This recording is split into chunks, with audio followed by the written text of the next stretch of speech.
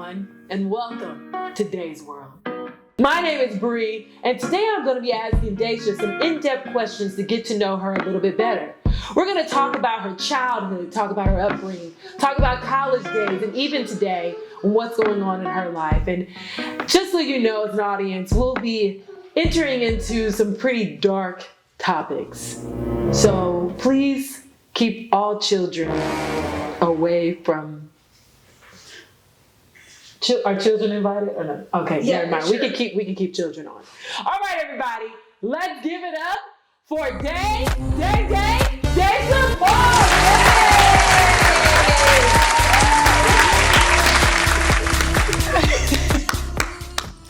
Wow, I am honored to be here. Okay, let's get dark. Okay, let's get dark. First, thank you for having me on the show. I bought this tissue to kind of help prompt some tears. I'm hoping that the conversation will provoke tears. But if I can't tell if this is a real statement or not right now. Are you? This is it. You hope the conversation provokes tears? Yeah, because the thing is, I have a problem with vulnerability. Okay. And so I feel like a good tearjerker will really draw the audience. Right. So, Tion, if no tears are coming, I'm going to need just a small little cup of water. No, I just want to we're not doing some that. water. You're not going to fake this. As you're trying to be vulnerable, you're not going to fake your tears. Well, guys, today we have the privilege of getting to know Daisha just a little bit better. We know that Day's World was started from a heart of wanting to spread joy throughout the world through comedy, and we're really excited about that. But one of the things that is very prevalent in our culture right now is how basically our entire social media world shows the highlights of people's life, but not necessarily the lowlights of people's lives. And so today, Daisha wants to open up and share a little bit about her story so that you not only know the highlights, but the lowlights and what God has been able to do in her life. So Daisha, let me just start off by asking you a question. Where were you this time last year?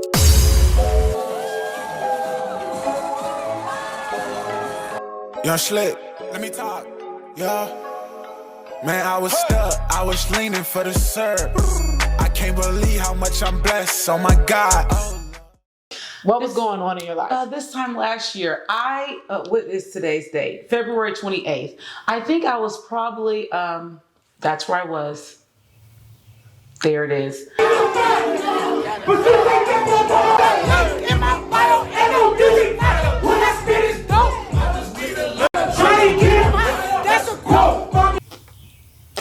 I'm there right now. Wait, time out. I went there. Wait a minute. I was in my mind. Wait a minute. Okay, so let's start over with where were you this time last year? Where were you just in your life? This time last year, I remember just being everywhere, traveling. I was at probably every game night. I was at everyone's birthday dinner. I was the life of the party. I would wake up, go to work, get off work, hang out until I'd say midnight, 1 o'clock. Dang. And then wake up and do it again, leaving no time for me by myself. I was on the go at all times. This time last year, I didn't know who I was. So you filled up your schedule, filled up your time, because that made you feel what? It gave me an excuse not to feel anything. Because being on the go and being fatigued all the time, I never had to deal with me, feel anything, come to terms with anything, because I was always on to the next thing at all times, running late to things and keeping myself busy. Yeah.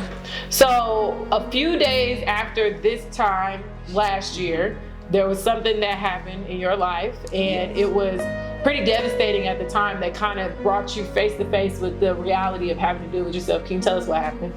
Yes. So what happened was, because I had set myself up to not know myself and who I was, and because I relied on people for my joy, for my peace, for love and affection and approval. This time last year, someone that I heavily relied on for those things, for affirmation and things like that, we got into it.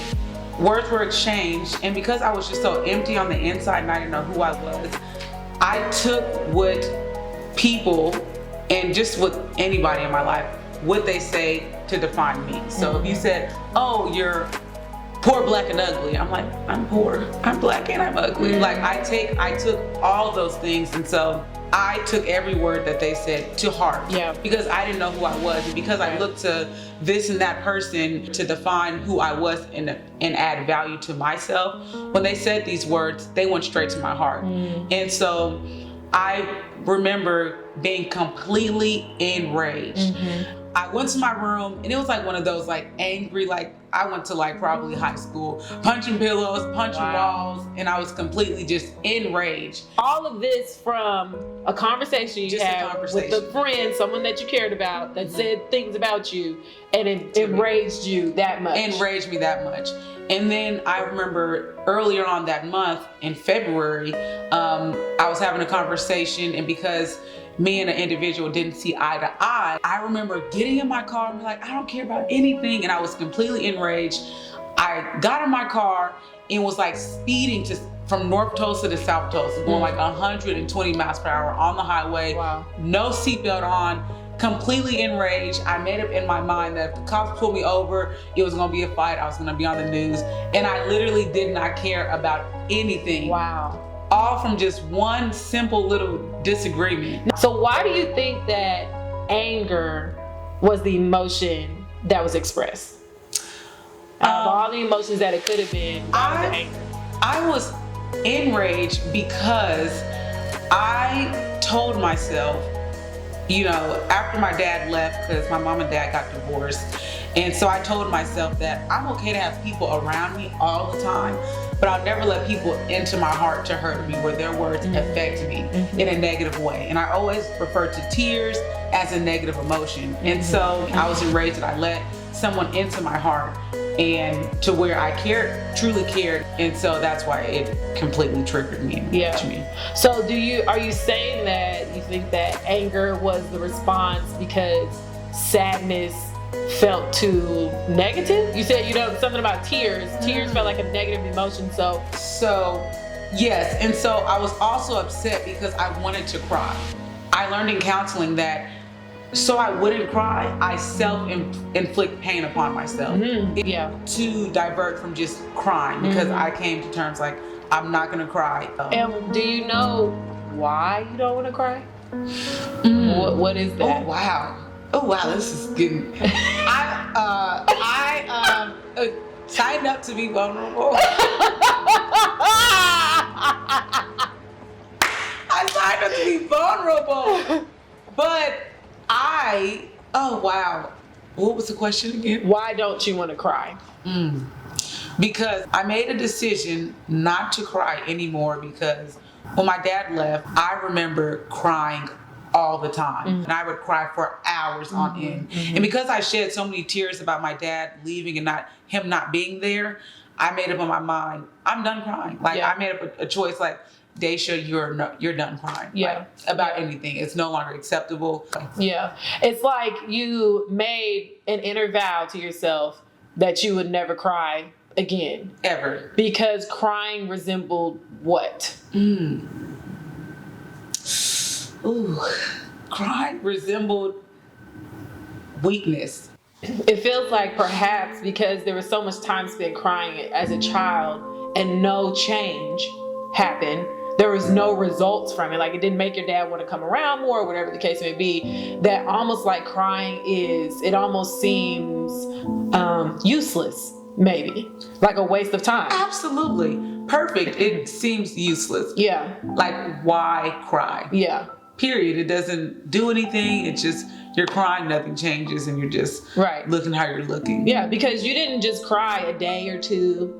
You cried for years. Oh no, I cried for years. For a man that was supposed to love you back, and none of it made him have an aha moment change his ways or anything like that. You've grown past that now, basically. Exactly. I've sounds silly saying, but outgrown tears. Yeah. And crying. Yeah. Even in situations where it's appropriate to cry. Yeah. Mm-hmm. And yeah, that's really what it is. I felt weak when I cried.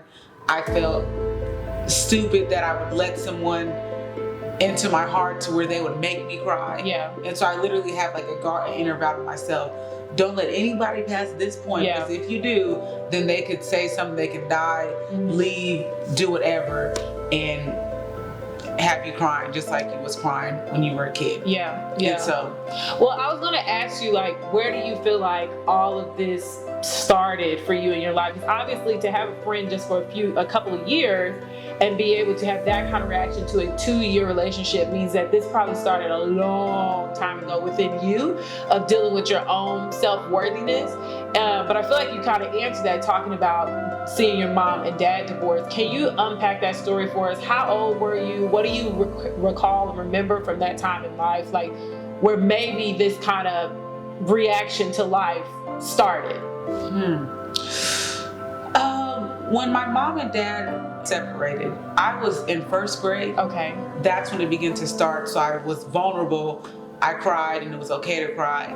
And then after crying so much and noticing that my mom would call my dad like, hey, Daisha's crying, like she wants to see you, and him still not come. Right. It's like, I don't know, it's like it was rejection. And so have these expectations that I felt my dad didn't meet that made me, cocoon just layer after layer to say tears don't make things change. So why have tears? Yeah. And what caused the tears? A person caused the tears. A person that gave birth to you.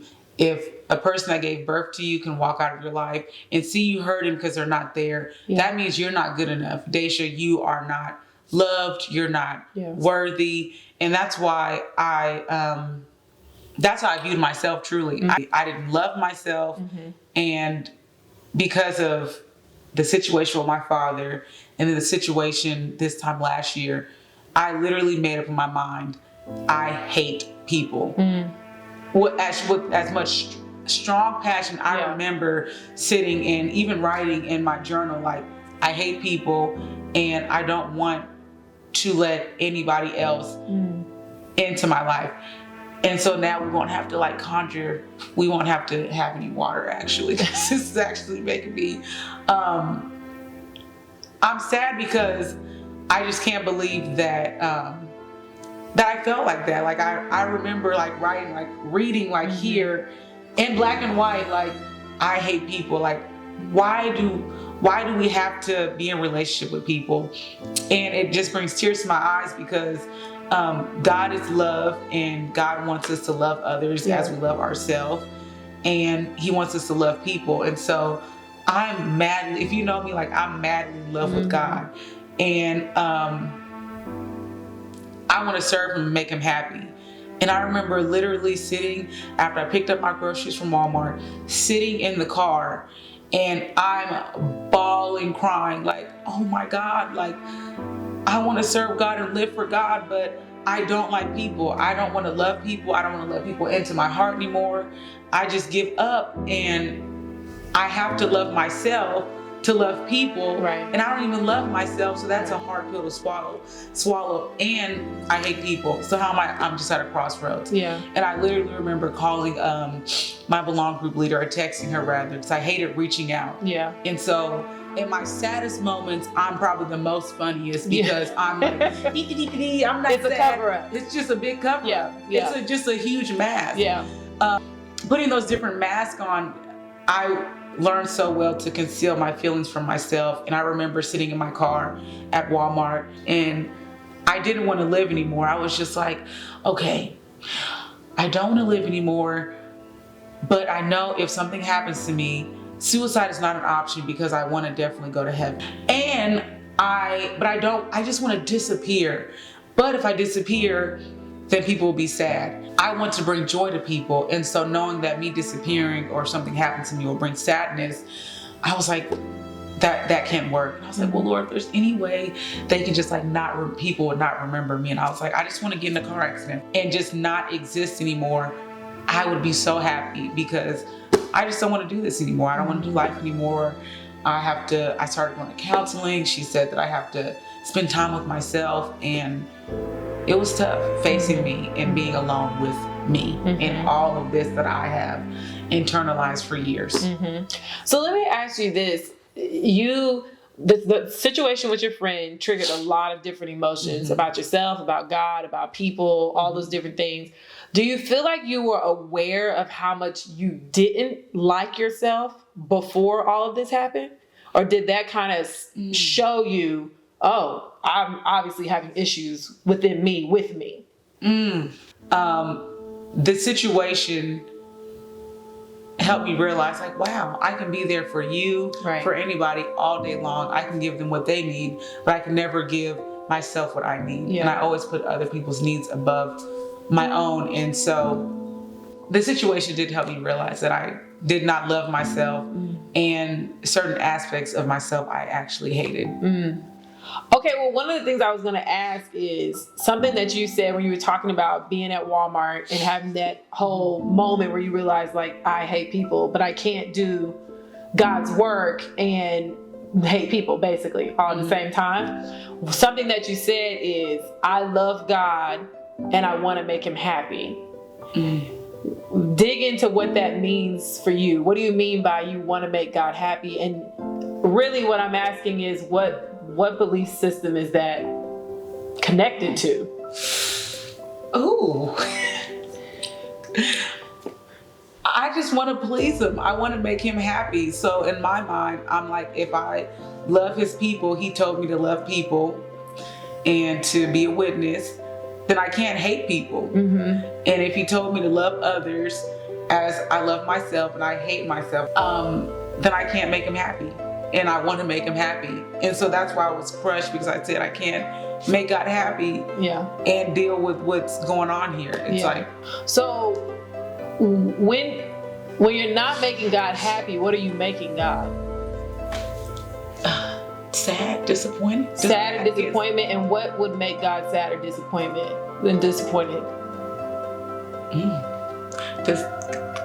Does God get sad and disappointed? The point I'm trying to make is this tied to your father that you had, your natural father that you're putting on God as trying to make him happy? Because we don't have to try to make God happy. So I just wanted to know, like, what's there's obviously some type of connection. There's always a connection between our earthly father and our heavenly father. So for me growing up, I was always, basically, I wanted to be the good kid because I wanted to please my dad and make him happy. And I thought that was the Christian walk, was making God happy. So I'm asking you, I'm kind of trying to dig into, like... You've dug enough. Okay. I know. Okay. Got digging.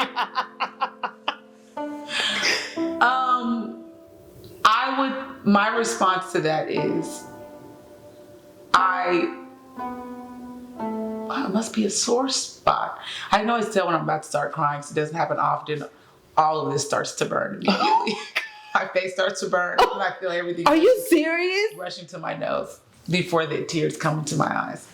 Wow. They hardly ever fall, but they're just... Wow. My response is, you're right.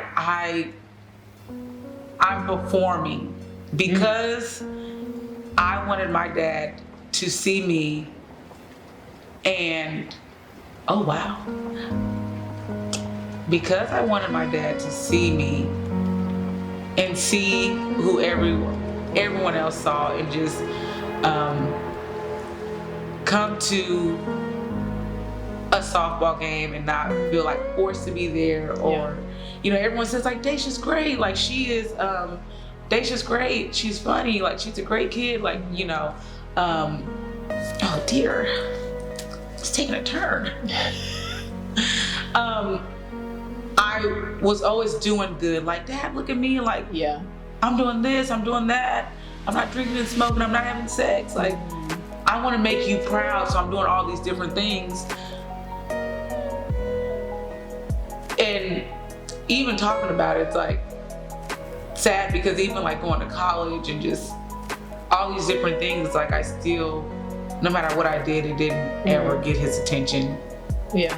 Like to want to be with me and want to give me like words of affirmation and oh wow. Yeah. Let's just take a just I have something I want to say something. Okay. And I think that's why, and even just talking about it, because if you don't know, Tion Presley has an amazing father. And it's so sad because like, I'm talking about God and like me wanting to make him happy and being at such a crossroads. I'm like, I can never please God because he wants me to love people. And now I'm like, I can never please my dad because I went to college, I did all these great things, but that didn't make him want to be with me. And thinking about Brittany's dad, he like invests so much in his kids. It's just mind blowing. And just to see that they don't have to work for it. It just, he's just a father. Right. And I don't know, it just, that just kind of just hit me different because it just, seeing she has 6 siblings or 7 of them total, and seeing how her father is with them and invests in them and goes out of his way to go to track meets and all these different things. It's just crazy. And, you know, I hope my dad doesn't watch this, but he probably... It's your story. It's my story. You're on the rights for this story. And so, I don't know, it just hit different because I do perform. Yeah. It's me performing ultimately for God, because I'm trying to make him happy and please him, when in reality, he's already pleased. He's already pleased.